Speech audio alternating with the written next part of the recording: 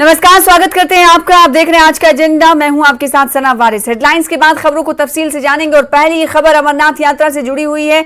जी हां, आज अमरनाथ यात्रियों के चौथे जत्थे के हवाले से आपको जानकारी दे दें कि अमरनाथ यात्रा 2023 जैसा कि आपको पता है कि जारी है। यात्रियों का चौथा जत्था आज सुबह यात्री निवास से रवाना कर दिया गया। चौथे जत्थे में 4,758 तीर्थयात्री शामिल रहे, जिसमें 3,781 पुरुष यात्री जबकि 727 महिला यात्री थीं। 231 साधु, 19 बच्चे यात्रा में शामिल रहे। यात्रा पर 24 घंटे सेना की नजर है। तीर्थयात्रियों में खासा उत्साह देखने को मिला। उत्साहित श्रद्धालु की तस्वीरें भी अब से कुछ देर बाद टीवी स्क्रीन पर हम आपको दिखाएंगे। तो बड़ी खबर इस वक्त की हम आपको बता दें, यात्रियों का चौथा जत्था यात्री निवास से रवाना हो चुका है पवित्र शिवलिंगम के दर्शन करने के लिए। वहीं बात अगर अब तक के बाबा बर्फानी के दर्शन की करें तो 3 दिनों में 18,000 से ज्यादा यात्रियों ने शिवलिंगम के दर्शन कर लिए हैं। यात्रियों के चौथे जत्थे की रवानगी आपको बता दें कि हो चुकी है। अमरनाथ यात्रा पर हर तरीके से नजर रखी जा रही है। चप्पे चप्पे पर स्क्वाड की तैनाती की गई है। सीआरपीएफ भी मैदान में है। आईटीबीपी भी इस बार जिम्मेदारी संभाल रही है। वहीं बीएसएफ और अगर बीआरओ की बात करें, बॉर्डर रोड ऑर्गेनाइजेशन ने पहले ही अपने कामकाज को मुकम्मल कर लिया, लेकिन फिर भी उनकी चौकस नजर बनी हुई है। सेना की तरफ से भी बीआरओ का शुक्रिया अदा किया गया। और आप तस्वीरों में देख सकते हैं, ये तमाम वो यात्री हैं जिन्हें हरी झंडी दिखाकर चौथे जत्थे या तीसरे जत्थे, दूसरे जत्थे के तहत रवाना किया जा रहा है। चौथे जत्थे की अगर हम बात करें तो इसमें 4,758 यात्री बाबा बर्फानी के दर्शन के लिए रवाना हो चुके हैं। वहीं तीर्थयात्रियों में जो उत्साह देखने को मिल रहा है वो काबिल सताइश है। तो चौथा जत्था रवाना हो चुका है बाबा बर्फानी के दर्शन के।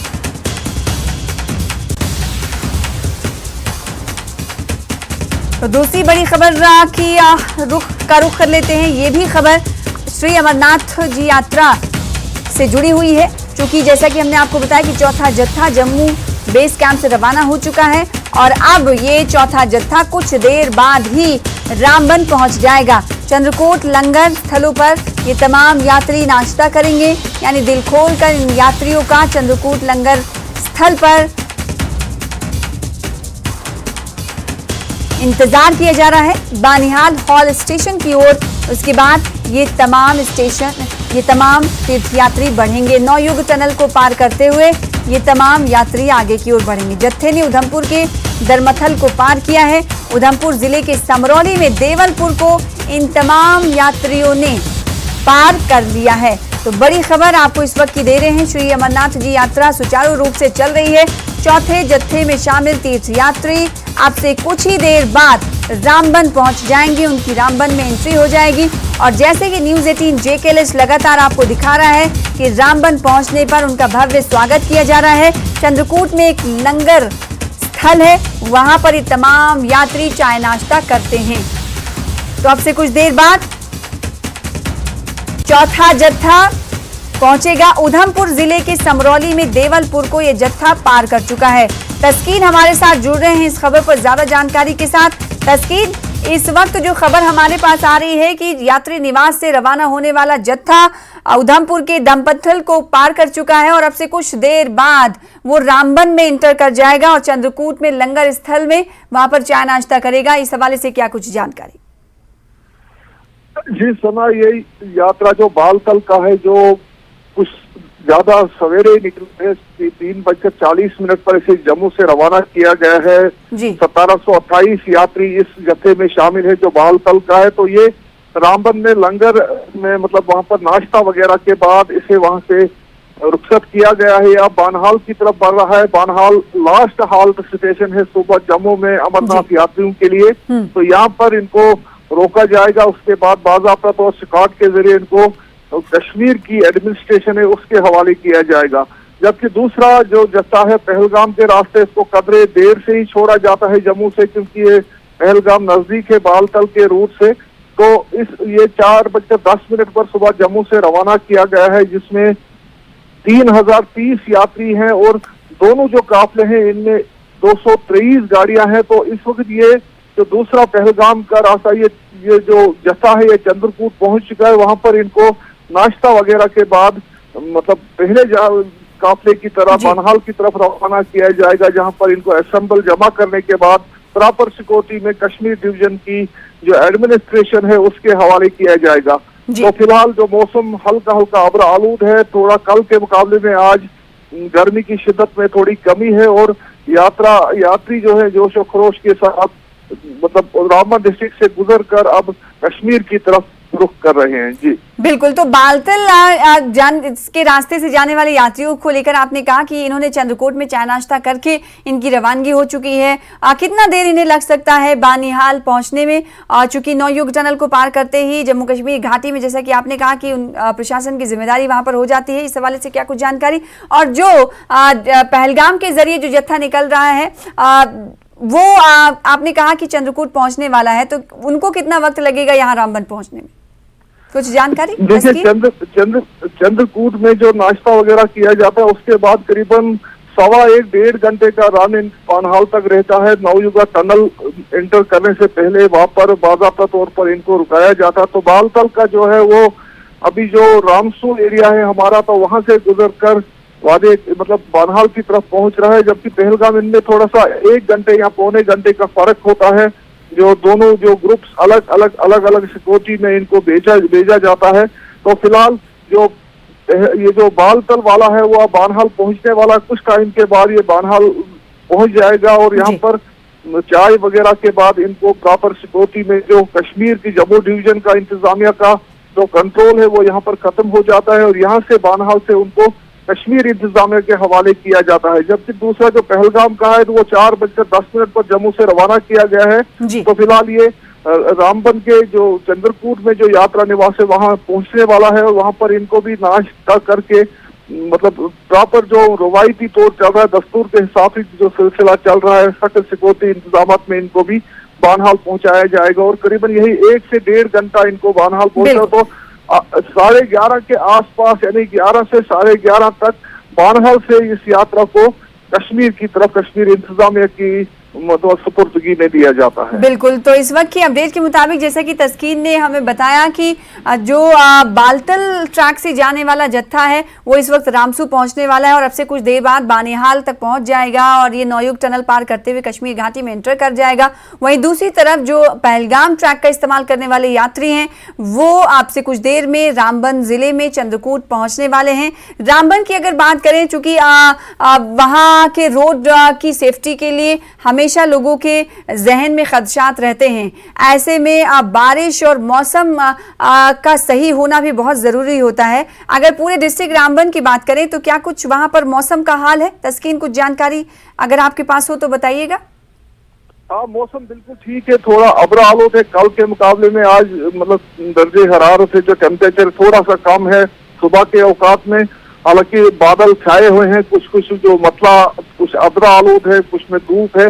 तो लेकिन फिलहाल ओवरऑल जो शहरा और मौसम की सूरत बिल्कुल ठीक है। और जब यात्रा का गुजर होता है तो उस वक्त जो ट्रैफिक पर रिस्ट्रिक्शन रहती है, जो बाकी ट्रैफिक होता है तो उसे अलाउ नहीं किया जाता है। तो यात्रा सुचारू रूप से जारी है और ट्रैफिक का आम लोगों की ट्रैफिक के लिए इस रूट को बंद कर दिया जाता है और यात्रियों को आगे बढ़ाया जाता है। तो अभी जो पहलगाम ट्रैक से जाने वाले यात्री हैं उनका चंद्रकूट में इंतजार हो रहा है, तो वहीं बालतल से जाने वाले यात्री, ट्रैक का इस्तेमाल करने वाले यात्री इस वक्त रामसू में उनका काफिला है और आपसे कुछ देर बाद वो बानिहाल पहुंच जाएंगे। बहुत शुक्रिया हमारे साथ तस्कीन जुड़ने के लिए, इस खबर पर ज्यादा जानकारी देने के लिए। तो श्री अमरनाथ यात्रा के दौरान सेना सतर्क है। 42 वर्षीय मरीज अमित गुप्ता ने बाईं तरफ दर्द की शिकायत MAP पिस्सू टॉप को दी, जिसके बाद भारतीय सेना के जवानों द्वारा उन्हें स्थिर किया गया और पिस्सू टॉप से DRDO अस्पताल चंदनवाड़ी ले जाया गया है। तस्वीरें आपको दिखाते हैं, ये तस्वीरें आप देख सकते हैं। जैसा कि हमने आपको कहा कि न्यूज़ 18 JKLH आपको पल पल की अपडेट्स दे रही है और पल पल की वो तस्वीरें भी आपको दिखा रही है जो आपको जाननी और देखनी जरूरी है अगर आप अमरनाथ यात्रा 2023 का प्लान बना रहे हैं, अभी पंजीकरण नहीं कराया है और इस बीच अगर स्थिति कुछ खराब होती है, किसी श्रद्धालु को कुछ शिकायत होती है तो सेना पूरी तरह से तत्पर है। ये तस्वीरों में आप देख सकते हैं 42 वर्षीय मरीज हैं जिनका नाम अमित गुप्ता। इन्होंने शिकायत की कि बाईं तरफ उन्हें दर्द हो रहा है, जिसके बाद भारतीय सेना के जवानों द्वारा उन्हें स्कॉट किया गया और पिस्सू टॉप से अस्पताल DRDO पहुंचाया गया। ब्रेक के बाद एक बार फिर से आपका स्वागत करते हैं। बड़ी खबर अमरनाथ यात्रा से जुड़ी हुई है। Jammu Kashmir police mountain rescue team लगातार सतर्क है। 34 जरूरतमंद ऐसे यात्री थे जिन्हें तत्काल सहायता प्रदान की गई। यात्रियों को ऑक्सीजन जैसी तत्काल सहायता दी गई। यात्रियों को निकटतम जो करीबी चिकित्सा मार्ग थे और चिकित्सा सुविधाएं थी उन्हें वहां पर ले जाया गया। तो बड़ी खबर आपको दे रहे हैं। लगातार अमरनाथ यात्रा की पल पल की अपडेट न्यूज़ 18 JKLH आपको पहुंचा रहा है। Jammu Kashmir police mountain rescue team पूरी तरह से सतर्क है। जी हां, जरूरतमंदों को तत्काल सहायता प्रदान की गई जिनकी संख्या 34 थी। ऑक्सीजन जैसी तत्काल सहायता प्रदान की गई और इन तमाम को निकटतम चिकित्सा सुविधा तक ले जाया गया। आखिर क्या हुआ था इन श्रद्धालुओं के साथ, ये भी हम जानने की कोशिश करेंगे। बहरहाल जिस तरह से तैयारियां की गई, जिन तैयारियों का दावा किया गया वो जमीन पर कहीं ना कहीं दिखता हुआ दिखाई दे रहा है। चाहे वो रेस्क्यू करने की बात हो या किसी और तरह की सुविधाओं की बात हो, तो निकटतम चिकित्सा सुविधा तक इन तमाम श्रद्धालुओं को ले जाया गया जिनकी तादाद, जिनकी संख्या 34 थी। आपको बता दें कि अमरनाथ यात्रा 2023 लगातार जारी है। इस बीच कुछ ऐसे यात्री हैं जिन्हें किसी तरह की शिकायत होती है, वो इसकी शिकायत संबंधित महकमे से, विभाग से करते हैं, जिसके बाद उन्हें रेस्क्यू किया जाता है। तस्वीरें आप देख सकते हैं। 34 जरूरतमंद हैं ये यात्री, ये श्रद्धालु जो बाबा बर्फानी के दर्शन के लिए निकले थे, लेकिन कुछ परेशानी हुई जिसके बाद इन्हें सहायता प्रदान की गई, इन्हें रेस्क्यू किया गया, जिसकी तस्वीरें टीवी स्क्रीन पर आपके सामने हैं। मुदस्सिर कादरी हमारे साथ जुड़ेंगे। आपको बता दें कि अमरनाथ यात्रा 2023 चल रही है और ये अमरनाथ यात्रा लगातार सुचारू रूप से जारी है। किसी तरह की नागहानी सूरत हाल पैदा ना हो, इसके लिए सुरक्षा के कड़े प्रबंध हैं। ना सिर्फ सुरक्षा के कड़े प्रबंध हैं बल्कि यात्रियों की सुविधाओं को सरे फहरिस्त रखा गया है। इसीलिए रेस्क्यू टीम सतर्क है और साथ ही साथ अगर किसी मरीज को कुछ परेशानी पेश आती है इस यात्रा के दौरान, तो थोड़ी 100 मीटर की दूरी पर कहा यह जा रहा है कि मेडिकल एड उन्हें दिया जा रहा है।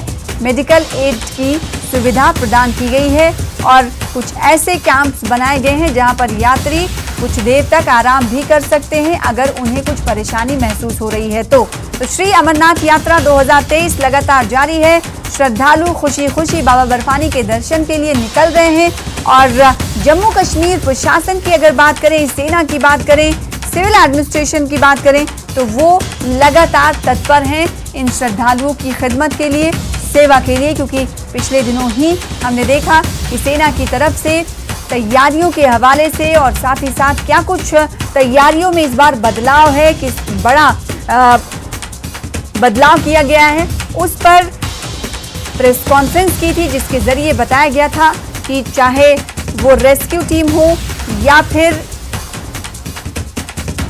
CRPF हो, ITBP हो या BRO हो, इन तमाम ने इस यात्रा को आसान बनाने का अज़्म जाहिर किया है।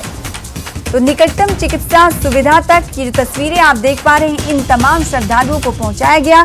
34 इनकी तादाद थी जो श्रद्धालु सहायता के लिए आगे बढ़े, यानी उन्हें कुछ परेशानी पेश आई जिसके बाद उन्होंने संबंधित महकमे से कांटेक्ट किया और जिसके बाद उन्हें निकटतम चिकित्सा सुविधा तक ले जाया गया।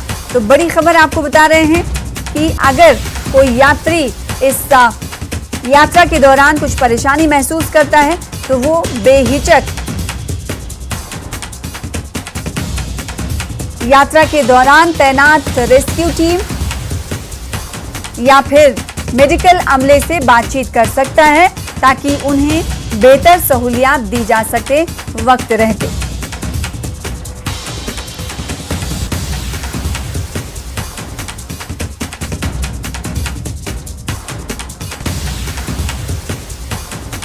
उधर आगे बढ़ेंगे और एक और खबर हिमाचल प्रदेश से ले लेते हैं। सेब को लेकर सियासत लगातार तेज होती जा रही है। बीजेपी ने सुक्खू सरकार को इस को लेकर निशाना बनाया है। कांग्रेस सरकार में कहा कि बागबान मुश्किल में हैं। भाजपा ने प्रतिक्रिया दी। बीजेपी का कहना है कि 24 किलो सेब की पेटी का 22 किलो के हिसाब से दाम मिल रहा है। सरकार ने बिना सोचे समझे पेटी का वजन 24 किलो निर्धारित कर दिया। एपीएमसी 2005 आरक्षण लागू किया जाए। तो बड़ी खबर, हिमाचल प्रदेश में सेब को लेकर सियासत जारी है। सियासत तेज हो चुकी है।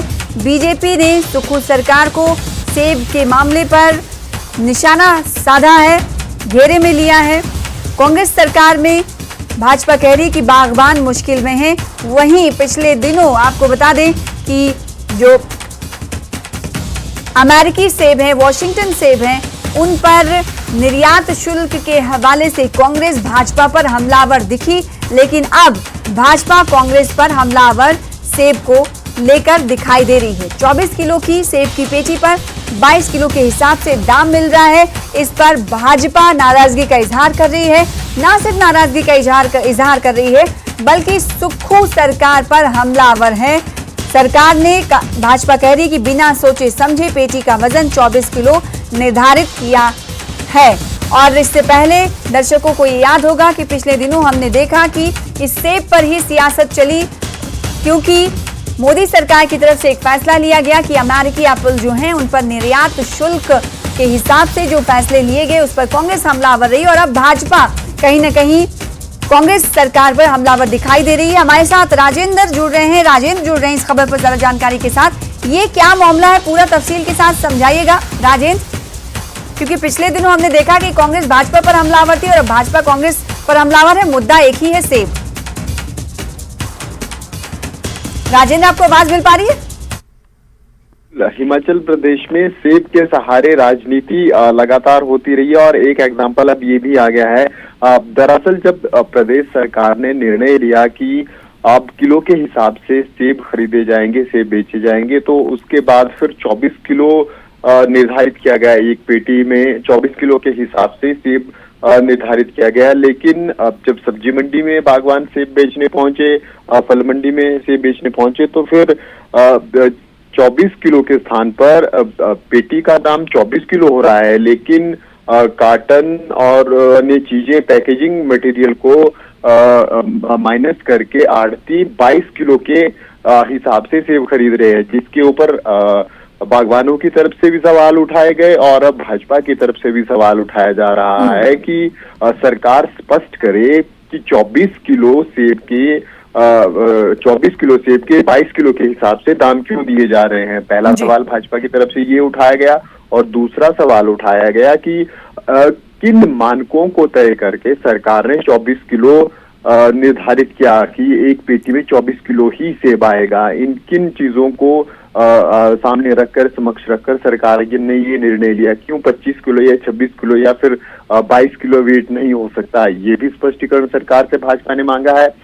इसके अलावा क्योंकि यूनिवर्सल कार्टन अभी तक लागू नहीं हो पाया है, तो उसको अगर सरकार किलो के हिसाब से सेब की बिक्री और खरीदारी चाह रही है, तो फिर यूनिवर्सल कार्टन हो, ताकि किसानों को, बागवानों को दिक्कत नहीं झेलनी पड़े। और इस पूरी प्रोसेस में जो सबसे बड़ी परेशानी आ रही है बागवानों के समक्ष, वो वेटिंग मशीन को लेकर आ रही है कि वेटिंग मशीन सरकार उपलब्ध करवाए या फिर सस्ते दामों पर वेटिंग मशीन बागवानों को मिले, ताकि वो पैकेजिंग करती बार ही पेटी का वेट कर सके और 24 किलो। राजेंद्र, एक सवाल और है, समझाइएगा जरा कि ये पैकेजिंग रूल में कुछ क्या सुक्खू सरकार ने तब्दीली की थी इससे पहले कि एक पेटी में कितने किलो के सेब आते थे, और जिस पर अब भाजपा हमलावर नजर आ रही है? बिल्कुल, पहले फल मंडी में सेब पेटी के हिसाब से बेचा जाता था और पेटी के हिसाब से ही मूल्य निर्धारित होते थे। लेकिन अब क्योंकि बागवानों की तरफ से लगातार शिकायत थी और इसमें धोखाधड़ी की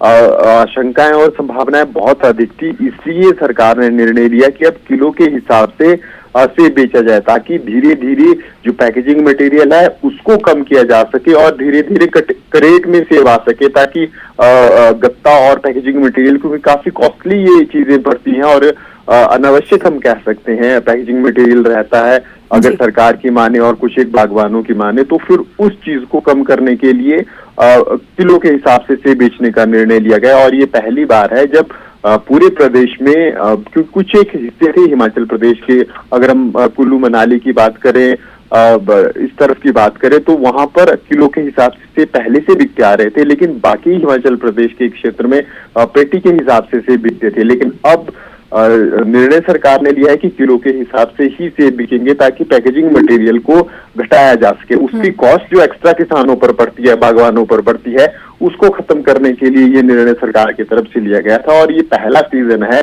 जब पूरे प्रदेश में किलो के हिसाब से सेब बिक रहे हैं। लेकिन सब्जी मंडियों में, फल मंडियों में जगह कम होने के कारण भी ये दिक्कत धीरे धीरे सामने आ रही है। अभी तो सीजन शुरू ही हुआ है, तो ऐसे में अभी इतना रश फल मंडी में नहीं है, लेकिन जैसे जैसे सीजन बढ़ेगा, मीडियम और हाई बेल्ट का सेब आना शुरू होगा, तो फिर उस वक्त सब्जी मंडी में भीड़ होगी। राजेंद्र, एक सवाल और कि आप जैसा कि भाजपा ने आप पैकेजिंग को लेकर और दाम को लेकर, किलो को लेकर सेब पे सवाल उठाए हैं, और वहीं दूसरी तरफ सेब का एक और मुद्दा है, जो वॉशिंगटन एप्पल की खबर हमने दर्शकों को दिखाई थी, जो सेब के बागवान हैं वो परेशान हैं और कांग्रेस भी इस पर ये सोच रही है कि वो मोदी सरकार को पत्र लिखेगी। तो अभी जो भाजपा ने हमला किया है, तो हो सकता है कि उस मुद्दे को लेकर कांग्रेस सामने आए कि आप तो एक तरफ निर्यात शुल्क बढ़ा रहे हैं और इधर दूसरी तरफ आप हमारे ऊपर हमलावर हैं।